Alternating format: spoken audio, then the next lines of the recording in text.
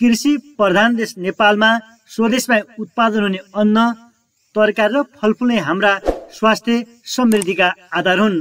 यही सन्देशसहित आज साँफीपखा नगरपालिकामा 45औं राष्ट्रिय खाद्य दिवस मनाइएको छ।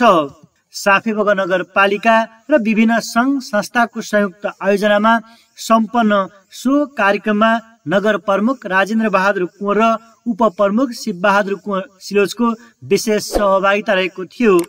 कार्यक्रमका वक्ताहरूले स्थानीय र रैथाने बालीहरू संरक्षण गर्नु आजको आवश्यकता भएको बताउँदै आफ्नै भूमि, आफ्नै बिउ र आफ्नै उत्पादनप्रति गर्व गर्न सबैलाई आग्रह गरेका थिए।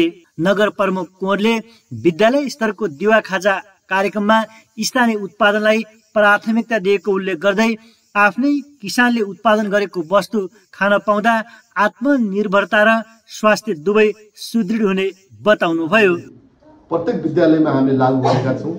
हामीले बाहिरका जङ्क फुड खानालाई ब्याग गरेर हामीले स्थानीय उत्पादनलाई मात्र दिवा खाजा रूपमा खुवाउने भनेपछि कहीँ गिडागुडी, कहीँ सागपात, विभिन्न किसिमका हामीले के उत्पादन हुन्छ हामीले सहकारीलाई छनौट गरेर सहकारी मार्फत हामीले यो क्रियाकलाप गरिरहेका छौँ। त्यस्तै कृषि शाखाका प्रमुख तुलसी थापाले स्थानीय उत्पादनलाई आर्थिक विकास र रोजगारको आधारका रूपमा विकास गर्नुपर्नेमा जोड दिनुभयो। नारा त हरेक वर्ष नयाँ बन्छ, तर किसानको हात अझै उस्तै रुखो छ। यदि हामीले व्यवहारमै स्थानीय उत्पादन रोज्यौँ भने मात्रै त्यो हात पनि मुलायम हुनेछ अनि नारा पनि सत्य हुनेछ।